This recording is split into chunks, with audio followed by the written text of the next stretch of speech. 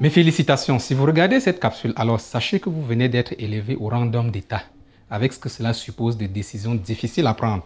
Le problème est épineux. Les enjeux sont complexes, alors la question, saurez-vous être à la hauteur? Dans cette deuxième capsule de notre programme Un continent dans le monde, nous parlons de la situation du Mali. Au moment où je réalise cette vidéo, fin juin 2022, le Mali croule sous le poids de lourdes sanctions de l'UEMOA et de la CEDEAO. Saisie par les dirigeants maliens, la Cour de justice de l'UEMOA a ordonné la suspension de l'exécution des sanctions de la CEDEAO. C'était le 24 mars 2022. Une annonce qui a généré un immense espoir à Bamako. Malheureusement, au terme d'une réunion tenue le lendemain, les chefs d'État et de gouvernement membres de la CEDEAO ont maintenu leurs sanctions. Ce qui ramène au statu quo. Les dirigeants maliens projettent de sécuriser le territoire pour que les élections à venir soient crédibles, inclusives et légitimes. Suffisamment légitimes pour fonder un nouveau départ. Ainsi, elles consentent de ramener la durée de la transition projetée de 5 à 2 ans. De son côté, se fondant sur l'intangibilité de l'ordre constitutionnel, la CEDEAO reste à cheval sur le délai de 16 mois. C'est ahurissant. Nous assistons là à une querelle de chiffonnier pour une différence de quoi? 8 mois. Est-ce vraiment déterminant, une différence de 8 mois, pour nécessiter un blocage perpétuel? Le principe d'organisation de la CEDEAO est l'intégration, donc la libre circulation des personnes et des biens. Le chantage du retour à l'ordre constitutionnel devrait-il conduire à la fermeture des frontières? Toujours est-il que la charte de la CEDEAO ne prévoit aucune circonstance qui justifierait la fermeture des frontières. Mais malgré l'illégalité des sanctions, vous êtes face à la triste réalité. Les frontières sont fermées. Le gouvernement est incapable de financer sa trésorerie sur le court terme, sur le moyen terme. Il est incapable de régler sa dette. Les entrepreneurs maliens ne peuvent pas payer leurs fournisseurs ni encaisser leurs paiements. Vous êtes un homme d'État et vous devez trancher. Un homme d'État, ça s'élève au-dessus des querelles de chiffonniers. Ce n'est pas une affaire de 16 ou de 24 mois. C'est une question d'enjeu de fond, en d'autres termes. Que faut-il préférer, la sécurité ou le retour rapide à l'ordre constitutionnel? Si vous optez pour le retour à l'ordre constitutionnel, c'est la levée des sanctions de la CEDEAO et de l'UEMOA. Pour dire vrai, ces sanctions font mal. Tenez, en 2022, le déficit budgétaire devait s'élever à 618 milliards de francs CFA. Il devait être financé par les emprunts sur le marché extérieur. Si le Mali n'a pas accès au marché financier, il ne peut pas financer ce déficit. Le gouvernement attend des recettes fiscales de l'ordre de 1800 milliards de francs CFA. Mais avec la fermeture des frontières, les recettes douanières disparaissent. En ouvrant les frontières, vous jugulez la baisse des activités économiques qui avait induit la baisse des recettes de la fiscalité interne. Ce qui vous donne de quoi financer la lutte contre les groupes terroristes et restituer l'autorité de l'État sur l'étendue du territoire. Selon les prévisions budgétaires de 2022, 72% des dépenses budgétaires sont affectées au fonctionnement de l'État, notamment pour assurer la sécurité intérieure. En 2020, l'or représentait 82% des recettes d'exportation du Mali. Que deviendra le budget du Mali sans la vente de l'or?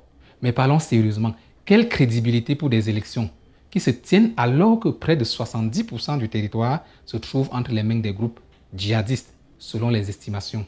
Ces élections seraient alors semblables à celles de 2018, à l'occasion desquelles le taux de participation de 34% n'avait pas garanti l'expression du suffrage à tous les Maliens. En conséquence, le gouvernement d'Ibrahim Boubacar Keïta a souffert d'un cruel manque de légitimité. Quand on ajoute à cela son incapacité à contrôler le territoire dans son ensemble, cela conduit à des manifestations populaires interminables sous la conduite du mouvement M5.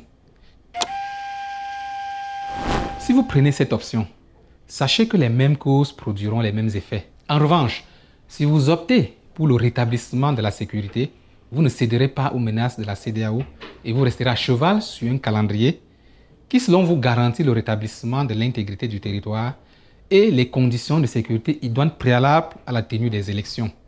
Alors parlons franchement, 2 ans, est-ce suffisant pour le faire? C'est à vous de voir. Prenez le temps qu'il faut, ne cédez pas. Certes, cette option est séduisante car elle vous donne a priori le temps de faire le ménage, de démanteler les groupes djihadistes, de nettoyer le fichier de l'État, de restaurer la confiance pour prendre un nouveau départ qui donne des gages à tout le monde. Soyons sincères, il est facile de le dire, mais concrètement, comment le faire? Comment un pays aussi vaste, 1241 millions de kilomètres carrés, qui ne jouit pas de l'accès à la mer et dont une partie du territoire se trouve entre les mains des groupes terroristes, peut-il s'en sortir en se repliant sur lui-même? Sans échange extérieur, à quoi ressemblera la vie au Mali? Aurait-on seulement les moyens financiers pour réaliser ce beau programme sécuritaire? Mes chers amis, c'est à ce niveau qu'on attend de vous que vous fassiez le bon choix. Le choix qui pose la fondation d'un vrai pays. Car il y a lieu de se poser la question de savoir si le Mali est un pays. Un pays maîtrise l'outil de production. Un pays ne dépend pas de l'extérieur pour ses produits de première nécessité. L'autarcie est parfois nécessaire pour opérer le travail interne qui garantit la souveraineté relative. Pensez-y, combien d'années la Chine a-t-elle vécu en autarcie? Qui n'a pas raillé la Chine? Qui n'a pas eu pitié des Chinois, cette espèce de petits hommes chétifs, habillés de guenilles de couleur unique, travaillant comme des forçats, mangeant du pain sec et dormant à la belle étoile? Qui a oublié que la révolution culturelle a occasionné 800 000 morts et le grand bond en avant 45 millions de morts? C'était le sacrifice chinois, le temps de construire la fierté, de se donner la carapace d'acier contre toute forme d'adversité. L'adversité que l'on s'octroie soi-même donne le moyen de supporter celle qui viendra d'ailleurs. Dépecée, affaiblie, la Chine a refusé de s'ouvrir au monde dans des conditions de faiblesse. Aujourd'hui, après des décennies de sacrifices, elle est sortie de son autarcie, a adhéré à l'OMC, a développé l'économie socio-libérale, a copié les systèmes industriels de financement américains dans les secteurs de technologie de pointe. Aujourd'hui, cette Chine qui disait des décennies durant « cache tes forces et attends ton heure ». La voilà qui affiche depuis clairement, octobre 2018, l'ambition de devenir la première puissance du monde. Pensez à cette trajectoire. Rêvez de la dessiner pour votre pays.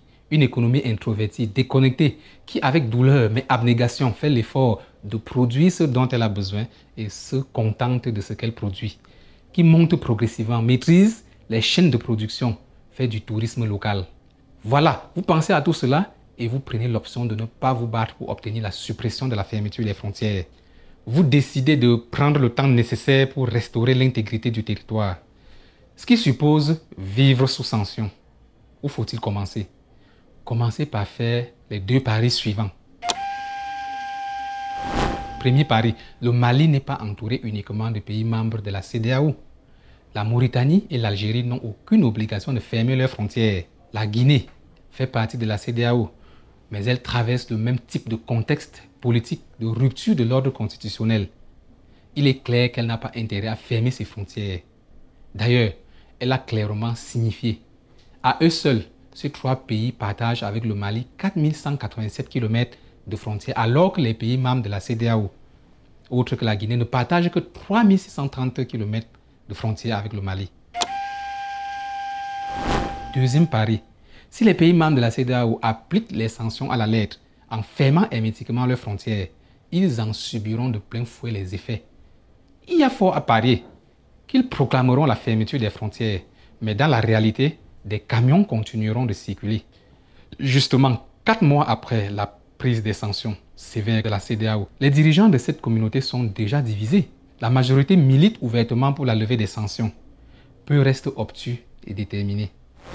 Si vous faites ces 2 paris, vous instaurez une économie d'autarcie en clair-obscur et non une économie d'asphyxie. Les échanges ne seront pas intégraux et vous avez la possibilité d'endosser le costume d'un stratège en eau trouble. D'un côté, la décision des autres pays membres de la CEDEAO de fermer leurs frontières vous octroie des arguments pour communiquer le prix à payer au peuple. De l'autre, le fait que cette décision n'est pas appliquée de façon rigoureuse et absolue vous offre un régime d'autarcie stratégique.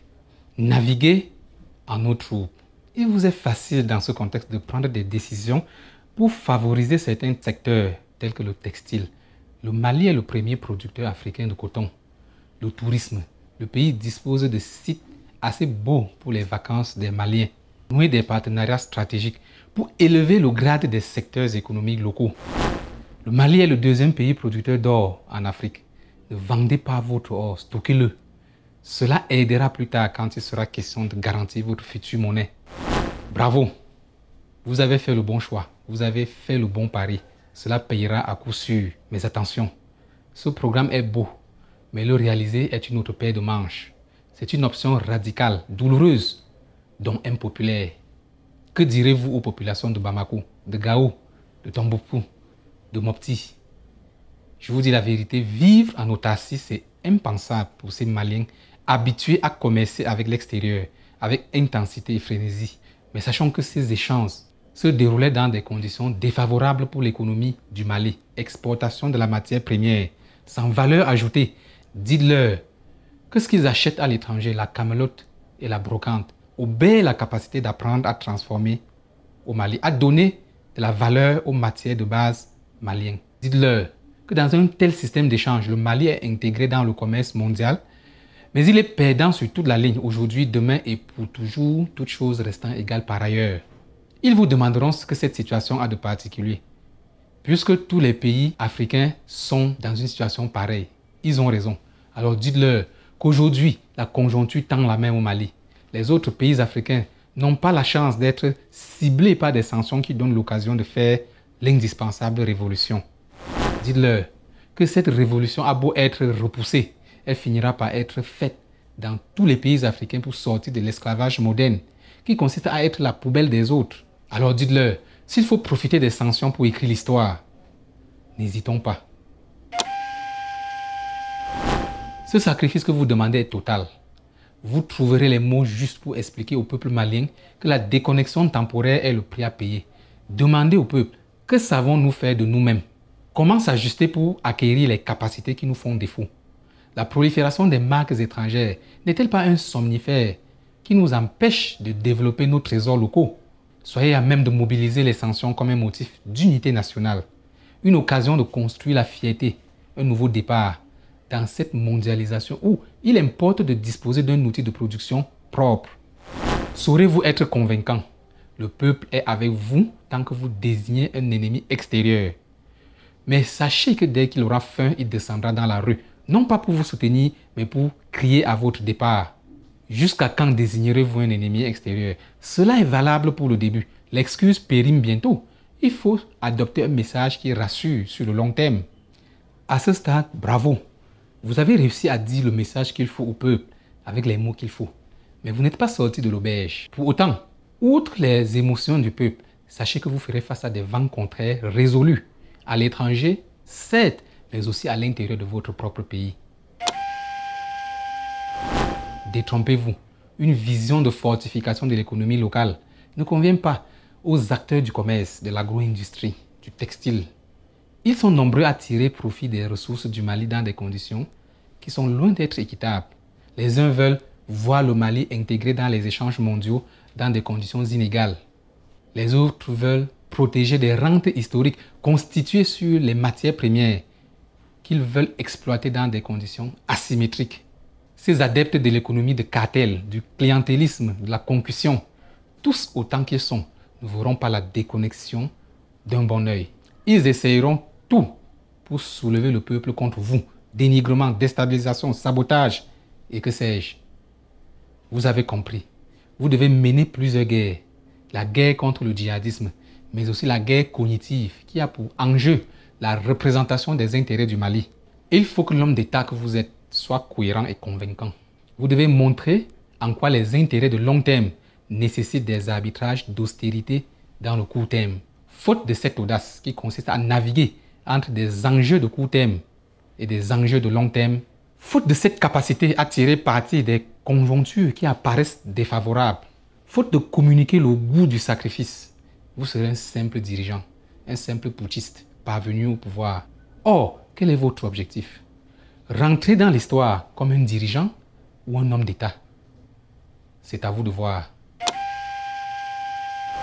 Mes chers amis, si vous avez regardé cette politique fiction jusqu'au bout, alors bravo. Vous savez ce qu'il vous reste à faire pour être un homme d'État. Surtout, souvenez-vous, les grandes nations se bâtissent dans le sacrifice et l'abnégation, loin de la facilité, mais aussi loin de tout triomphalisme et de toute dérive militaire dictatoriale. Si le temps du sacrifice malien a sonné, prenez-en de la graine. Merci d'avoir été nombreux pour prendre un peu de votre temps pour mener avec nous ces nouvelles réflexions, pour comprendre où nous en sommes dans ce monde cruel. Rendez-vous pour la prochaine vidéo de notre programme Un continent dans le monde. N'oubliez pas d'activer la cloche de notification, d'aimer nos vidéos et de vous abonner à notre chaîne YouTube. C'était Maurice Simodium du Think Tank 1 puissance 55.